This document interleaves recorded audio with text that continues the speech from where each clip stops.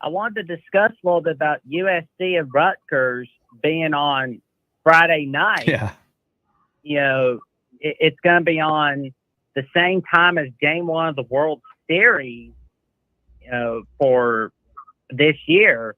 It's funny, though, because I read something where it's similar to where 1959, where the Dodgers and the White Sox were playing each other in the World Series, and then like a few hours later, it was USC and Ohio State. Yeah, wonderful to see something like that happen again. That's what it's going to be. They're not at the same time. So they're on the same channel, and they're going to be back to back. That's the whole point of it. Is it'll be rolling up? Is it Game 1 of the series, Matt? Is that how it's going to work? Yeah, Game 1. So here's a fun fact. I did a little research here, and like knowing that USC is a traditional football power, and usually plays on Saturdays, you would think, okay, certainly the Dodgers in the World Series and USC football have never coexisted on a Friday before. I mean, that would be like the normal, natural inclination. Obviously, USC and the Dodgers in the World Series have played on Saturdays before. When the Dodgers made the World Series several times in the 1970s, the World Series was usually played on Saturday. That's pretty obvious. But on Friday, yes, it's actually happened. October 2nd, 1959, Dodgers in their first World Series in Los Angeles played the Chicago White Sox on Friday afternoon. And then that night, and we learned this by digging through the history of the USC-Ohio State series after USC went to the Big Ten. We learned from Joey Kaufman, and Joey Kaufman used to be a USC beat writer. I forget the outlet that for which he used to cover USC. He's now with the Columbus Dispatch, so he covers Ohio State. He noted 2 years ago that Ohio State on October 2nd, 1959, played a night game against USC, Friday night.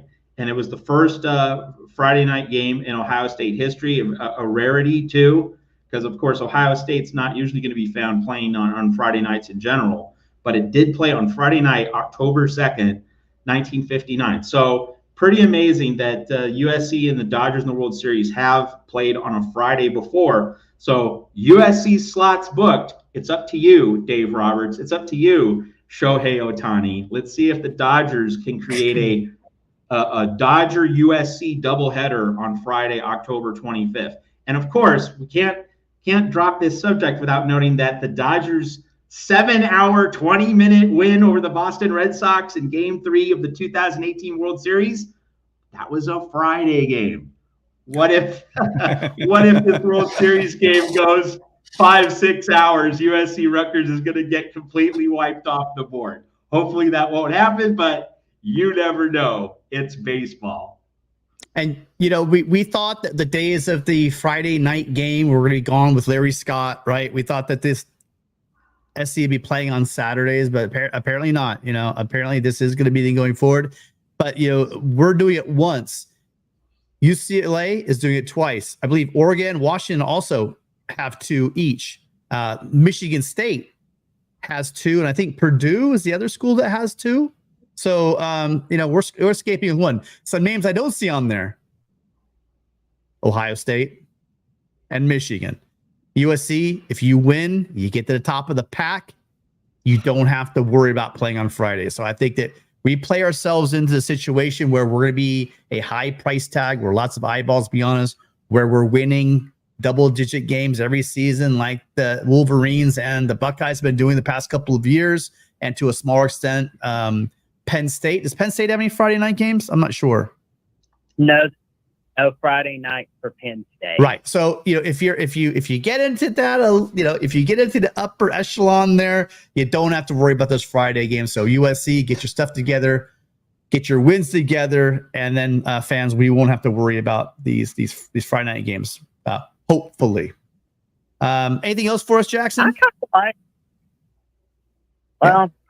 personally kind of like Thursday night football and Friday night football, but that's just me now. I don't care what time or what day the game's played on. I mean, college football is college football for me. I mean, we got to do it.